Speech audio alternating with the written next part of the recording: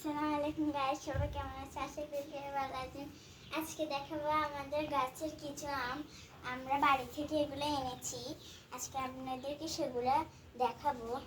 এই যে এখন পাকাও আছে কিন্তু কাঁচাও আছে। এই যে আবার হচ্ছে এগুলা আবার অনেক বড়, বুঝছেন?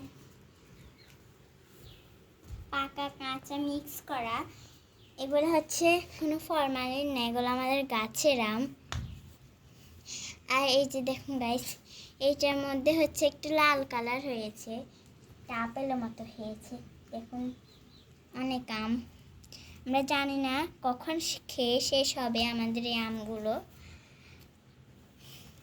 এই যে পাকনাও আছে, পাকনাও অনেক, কাঁচাও অনেক। দেখুন বড় ছোট মেজো অনেকগুলোই আছে।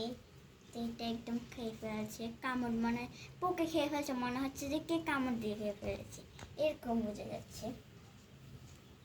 যেগুলো পাক না, আবার হচ্ছে এটা পোকে খেয়ে ফেলেছে, মনে হচ্ছে কেউ ওইভাবে টিপ দিয়ে ভেঙে ফেলেছে। দেখুন আমগুলো কিছু বড় আছে, কিছু একদম ছোট, কিছু আবার হচ্ছে মেজো, এরকম ধরনের আমাদের আম। দেখুন অনেকগুলো কিন্তু আমাদের আম, অনেক আম এনেছি। কিছু হচ্ছে আমার আত্মী, কিছু হচ্ছে আমাদের দাদু বাড়ি থেকে এনেছি আমরা। এই যে দেখুন অনেক আম।